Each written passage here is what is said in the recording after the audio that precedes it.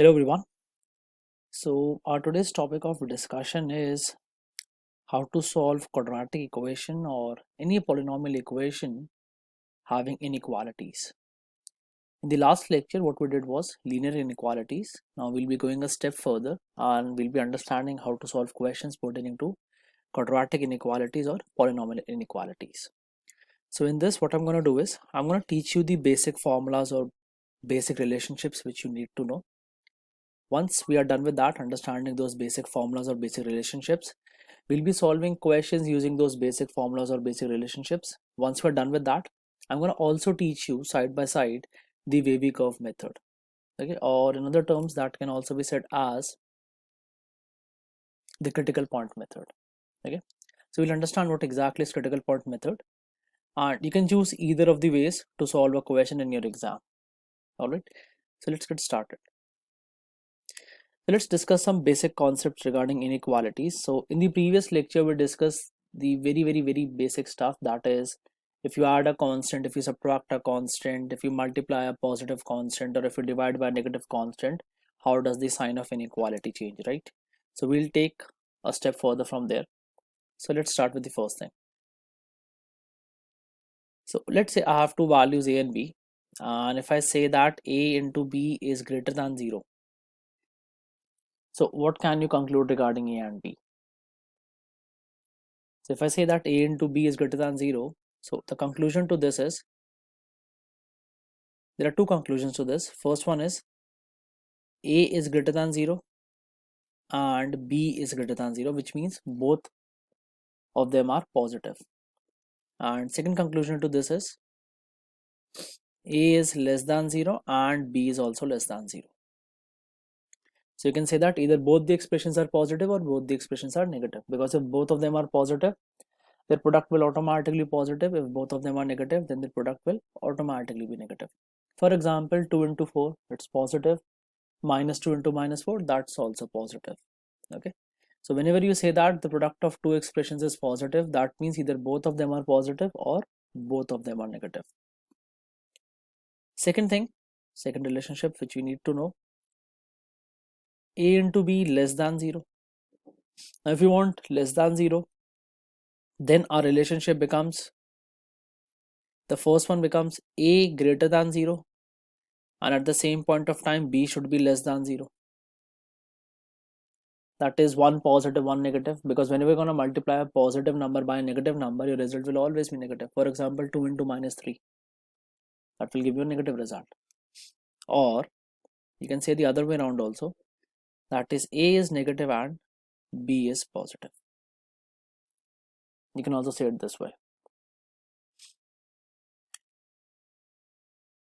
Third conclusion which you need to remember, if I say a by b is greater than 0, what can we conclude regarding a and b? If I say that a by b is greater than 0, then our conclusion will simply become exactly the same conclusion as it was in the first case. So if a by b is greater than 0, then that means a greater than 0 and b greater than 0, or a less than 0 and b less than 0. For example, I can say 4 by 5 is greater than 0. I can also say that 8 by 5 is greater than 0. Right? So a can be greater than a can be less than a also. Sorry, a can be greater than b, a can be less than b also. Both of them suffices. Or if you go to the negative part, you can also say that minus 4 by minus 5 is greater than 0. Or we can also say that minus 8 by minus 5 is greater than 0. So I don't have any specific relationship between a and b, that is which of them is greater, which of them is smaller. But I just know this, that if one of them is positive, then the other has to be positive, and if one of them is negative, then other has to be negative. Okay, so this is the third thing that you need to remember. Or more than remembering it, it's like more or less based on some uh, logic, right? This is not something that you actually need to remember. This is like based on logic. And the best part about this inequalities is that if it is true for one of the cases, it's basically true for all the cases, right? For example, let's suppose you do not know what's the conclusion to a into b less than 0. Okay, so someone says that, okay, I have two expressions and product of the two expressions is negative. what can you comment regarding two expressions? So what you can do is you can like pick up couple of numbers. For example, the first thing that comes to your mind is, okay, let me take m is 1 and n is 1. So 1 into 1 is 1, so no, because I want m into n is less than 0. So 1 into 1 is not working, that means both being positive not working. Then second thing that crossed your mind is, okay, let me take 1 m is minus 2 and n is 2. Then you should realize that, okay, if I'm doing minus 2 into 2, this is coming out to be less than 0. So this is what I'm looking for. What if I interchange 2 and minus 2? That is, what if I interchange values of m and n? That is, if I make n minus 2 and m2, I'll still get a negative result. Which means if one of them is positive, other is negative, I will definitely get a negative product. And what if they both are negative? So if I take both of them to be minus 2 and minus 2, oh, in that case it's again positive, so I can't take this case also. So you can also like formulate your own methods of solving these or remembering these inequalities basically. Okay, these are like some basic stuffs which we have already done in our school, so I'm just like revising you all these things, nothing else. Anyways, coming back to the next one, that is the fourth one, that is when you say a by b is less than 0.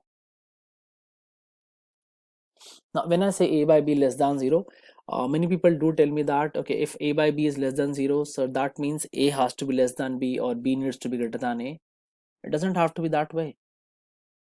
For example, if you say that a has to be less than b, then according to you 2 by 5 should be less than 0, which in fact it's not, because what is 2 by 5? 2 by 5 is 0.4, which is a positive quantity, it's not a negative quantity. What I am asking for is a by b less than 0. So think of couple of numbers. For example, let's take a to be 4, b to be 8. This is not less than 0. This won't suit. Okay, what if I take a to be minus 4 and b to be 8? Yeah, this is giving me a value less than 0, that's for sure. So it should strike me, okay, one of them has to be negative. Okay, so whenever you have something like a negative quantity divided by a positive quantity, or you have a positive quantity divided by a negative quantity, you will realize that in both the cases my result will be negative, right? In both the cases my result will be negative. So if I say that a by b is less than 0, then it's going to have the same conclusion as it was in case number 2, that one of them is positive and the other is negative. Okay, so these are the 4 basic relationships, you can say that, or formulas, whichever way you want to put this up. These are like 4 basic concepts of inequalities. So product greater than 0, either both of them greater than 0, both of them less than 0. Product less than 0, so one of them positive, one of them negative. Division greater than 0, both positive, both negative. Division less than 0, one of them is negative, the other one is positive. The 4 basic fundamental properties of inequalities which you need to know. Now let's take a step further.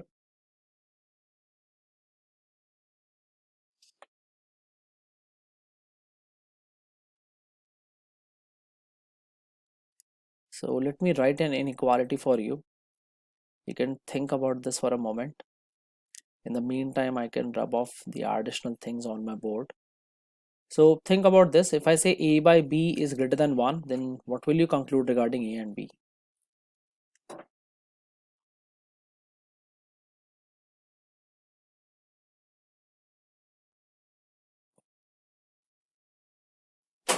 All right. So if I say a by b is greater than 1, now greater than 1 basically means the result has to be positive, right? When I say a by b is greater than 1, now greater than 1 means positive numbers. So whatever would be the value of a by b, it has to be positive. It's just that it's greater than 1, so that's a specific case. But otherwise we can also think of this as that the relationship, or let me put it this way, the division is positive, the result of the division is positive. Okay, so one thing is for sure, if I want a by b to be positive, then they both need to have the same signs, that's for sure.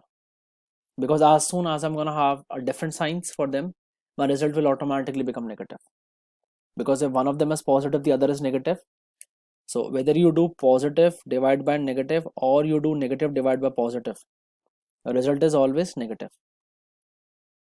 So one thing is for sure, that if a by b is greater than 1, then a by b is giving me a positive result, and that will only happen when both the quantities have the same sign.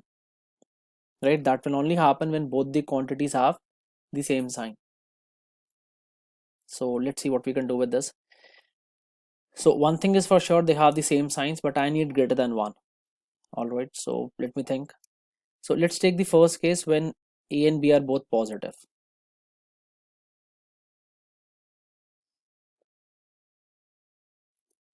So if a and b are both positive, so let's take a couple of values. For example, if I take a to be 2, b to be 5, this is not giving me greater than 1. What if I take 4 and 5? No, still not giving me greater than 1. But as soon as I take like 6 by 5, okay, this is giving me greater than 1. So at this point of time, I should realize that if a by b is greater than 1 and I'm looking for both positive, in that case a has to be greater than b. A has to be greater than b. You can also go in the reverse way. Okay, what if a is equal to b? If a is equal to b, then shouldn't a by b be equal to 1? Yes, it should be, because if they both are equal, let's say they both are equal to value p, so p and p is going to cancel and this will give you a result of 1. But I'm not looking for 1, I'm looking for greater than 1. If I'm looking for greater than 1, then shouldn't I be increasing the value in the numerator? I should be increasing the value in the numerator, exactly. That means the numerator has to be something greater than p divided by p, which will give you a result greater than 1. So try to connect the dots when you talk about inequalities. It's going to help you a lot. Okay. So if both are positive, then my conclusion should be a is greater than b. So simply both positive is not sufficient. So I should be saying this: if both are positive, then a should be greater than b. If both are positive, then a should be greater than b. I can have the case when they both are negative also. So what if they both are negative? Let's take a couple of values again. Minus 2 by minus 5, nope. Minus 2 by minus 5 will give you 0.4. Minus 4 by minus 5, still no. This will give you like 0.8. But as soon as I take minus 6 by minus 5, oh, this will satisfy for sure. This is satisfying.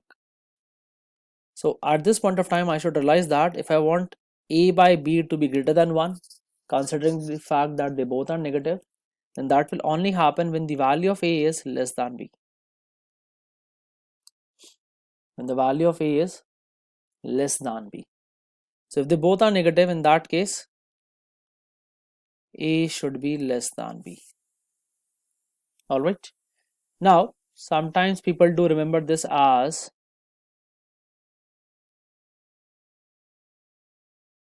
when you say that a by b is greater than 1, they remember this as mod of a greater than mod of b. That is, they can say it this way, that the absolute value of a is greater than the absolute value of b. And that in fact is true. Because if you see the negative part also, I think positive is easier to relate. Because when you talk about the positive part, the numerator has to be greater if you want the fraction to be greater than 1. Right? I hope you remember this part, greater than p divided by p. The numerator has to be greater than the denominator, no doubt in that. Now when you come to the negative part, for negative part to be true, that is, for negative part to be a by b greater than 1, we took an example of something like negative 6 by negative 5. Now negative 6 is lesser than negative 5 for the very fact that negative 6 lies on the left of negative 5 on a number line. Right? If you draw a number line, negative 5 is somewhere here, negative 6 is somewhere here. And anything that lies on the right of number line is always greater than anything that lies to the left of a number line. Now since negative 6 lies on the left, so it has to be lesser than negative 5, or since negative 5 lies on the right, negative 5 has to be greater than negative 6. But what if I take mod? What if I take mod? So when I'm going to take mod, mod of minus 6 will automatically become 6, and mod of minus 5 will still be equal to 5. So if a by b is greater than 1, then another way of remembering this as mod of a is greater than mod of b. Alright. Now, in the exam, it may happen that you don't have a by b greater than 1. They may give you something like, for example,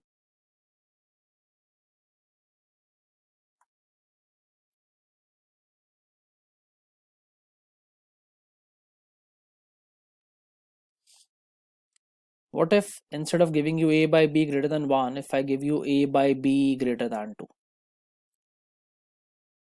Now I'll tell you the conclusion to this. We won't waste time on this because I want you to understand this question with another method. If I say a by b greater than 2, you will again have two conclusions. First one is if both positive,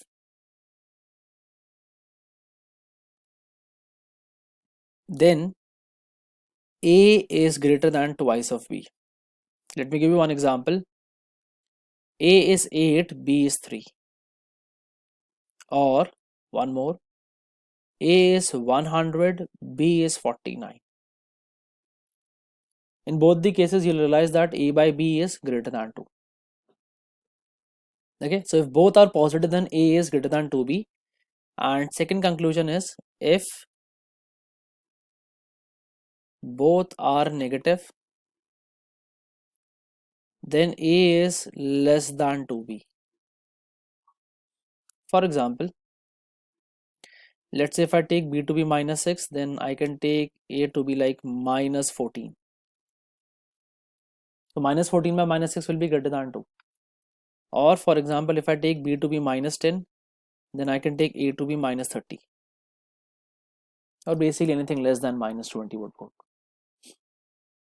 Now the point here is that I can't expect you all to remember all these relationships. Like for example, if you have a by b greater than 2.5, or for that matter of fact, you can also have a by b less than 1.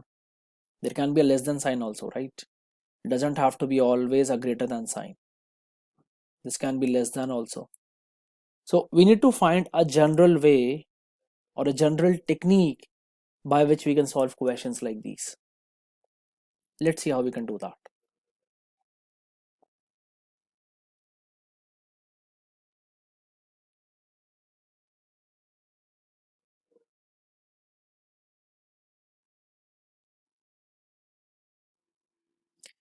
So what you're going to do is,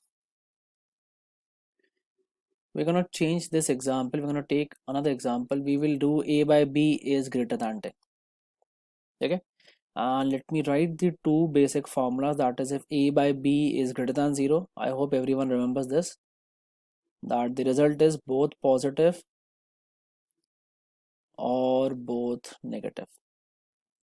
And if I say a by b less than 0, then you have one positive, one negative. Okay, so if I have a by b greater than 10, how do I need to solve this? So what you're going to do is, you'll be converting expressions like these in one of these forms, either this one or this one, depending on the sign that you have.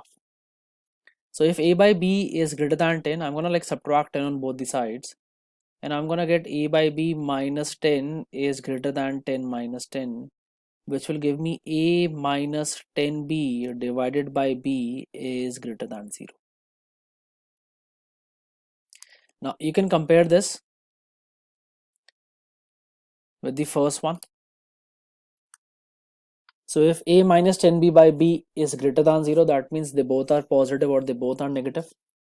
So you will take the first case when they both are positive, and that will become a minus 10b greater than 0 and b greater than 0. Or you'll take the second case when they both are negative, and that is when a minus 10b is less than 0 and b is less than 0. Okay, and then whatever the common part comes out of our solution, we will take that as an answer and then we'll move on with the question. So I hope this is clear to everyone. All right, so let's have a look at a couple of questions so that you can relate the formulas that we have just discussed. All right, let's start this with this one. So I have x square minus 3x minus 4 greater than 0. I basically need to find out the value of x for which this quadratic function will be greater than 0. Okay, let's see what we can do with this one. So I'm going to do the middle term splitting of this. This will become x square minus 4x plus x minus 4 is greater than 0. This will become x into x minus 4 plus 1 into x minus 4 is greater than 0, and this will become x plus 1 into x minus 4 is greater than 0. So you can relate this expression with the form of a into b greater than 0. So if I have a into b greater than 0, that means either they both are positive or they both are negative. Right, so we'll take the first case when they both are positive. So that is x plus 1 is positive, which means it's greater than 0. And I'm gonna have x minus 4 also as positive, that is x minus 4 is also greater than 0. So x is greater than negative 1, x is greater than 4. So we need to draw this on the number line because we'll be requiring the common solution for this. So I have greater than minus 1,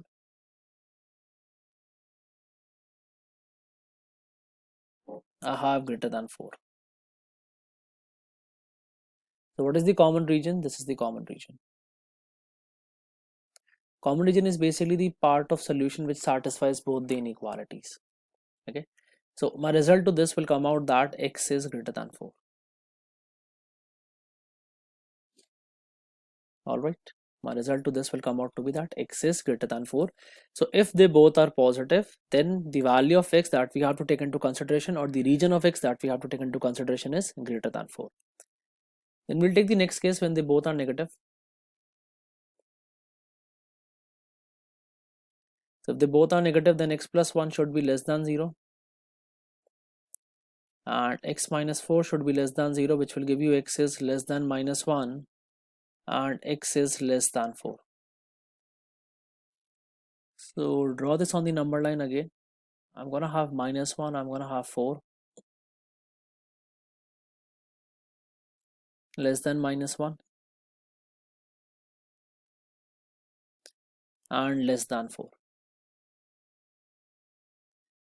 So what is the common region or what is the common solution? The common solution is x less than minus 1. So if they both are negative, then what region of x do I need to take? I need to take x less than minus 1. So our answer becomes either x is greater than 4 or x is less than minus 1. Another way to write this as, I can rewrite this as minus infinity to minus 1 union 4 to infinity. And I guess we spoke regarding the brackets in the previous session. So when do you need to use an open bracket, when do you need to use a closed bracket? So in this case it's going to be an open bracket. So my answer to this will come out to be that x is any value from minus infinity to minus 1 and 4 to infinity. So this I have solved using the concepts or the basics of inequalities. Now I'll teach you the another method also, which goes by the name of VV curve method, or the better way to understand is, as I call it, the critical point method. So first of all, what is a critical point? Critical point is basically those values of x for which function is equal to 0, or for which your expression is equal to 0. Critical points are basically those values of x for which your expression or for which your function is equal to 0. So x square minus 4x plus x minus 4 is greater than 0. So I'm going to have x minus 4 into x plus 1 greater than 0. Okay.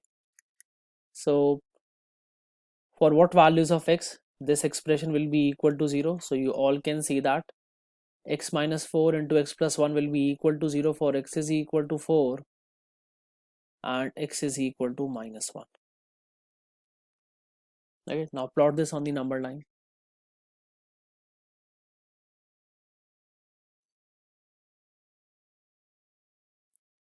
So I'm going to have minus 1 somewhere here and I'm going to have 4 somewhere here.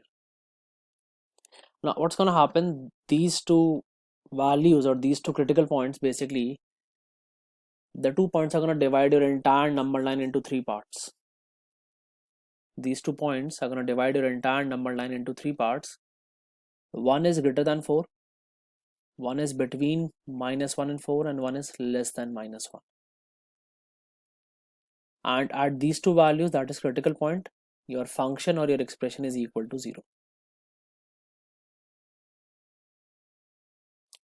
So you basically have 3 regions and you have 2 points. For those 2 points the value is equal to 0, and for the remaining 3 regions we need to figure out whether the value is positive or negative. Now let's see how we can do that. So first we'll take the case of greater than 4. Now if the first case that we are taking is greater than 4, then think of any value which is greater than 4. For example, let's say I think of 10. Now put this value back here. Put this value back here in the function and just look for the sign, not the value, just look for the sign. If I'm going to do 10 minus 4, I'm going to get a positive result because it's going to be 6. And if I'm going to do 10 plus 1, it's going to be 11, which is again a positive result. And positive into positive will give you a positive result, which means for any value of x greater than 4, your expression or your function will always be positive. Let's recheck it once more. I have x minus 4 into x plus 1. Think of any value greater than 4 because the region that we are talking about is greater than 4. Think of any value greater than 4. If I take any value greater than 4, then can I say x minus 4 has to be positive? Or generally in these cases, think of a value. For example, I just thought of 10. So 10 minus 4 is 6, which is a positive value. Similarly, 10 plus 1 is 11, which is again a positive value. So both expressions are positive. So their multiplications will also be positive. So anything greater than 4, if you're going to put any value of x greater than 4, the function will always be positive. It will always be positive. Now come to the section of minus 1 to 4, or come to the region of minus 1 to 4. When you talk about minus 1 to 4, think of any value. For example, I'm going to think of 0. So if I talk about 0, what is 0 minus 4? 0 minus 4 is negative. 0 minus 4 will become negative. And what is 0 plus 1? It will become positive. And what is negative into positive? It's negative. So in the region minus 1 to 4, the resultant is negative. The resultant is negative. And what about values less than minus 1? Think of any value. For example, think of minus 10. Think of minus 10. So minus 10 minus 14 is negative. Minus 10 plus 1 is also negative. So what is negative into negative? It's positive.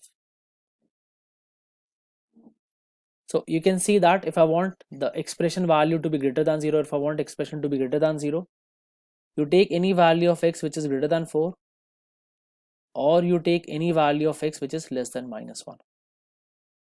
Exactly the same conclusion which we came up with a couple of minutes back using the formulas or the basic concepts.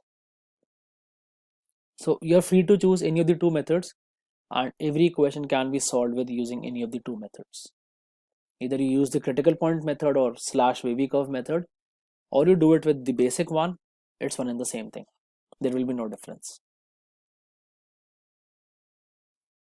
Alright, so I'll keep it till here for this video because this video has already become effectively a 30 minutes video. I don't want to make it too big. So in the next one, I'm going to discuss more problems on using the same method. So keep watching and keep learning, guys. Okay, thank you so much.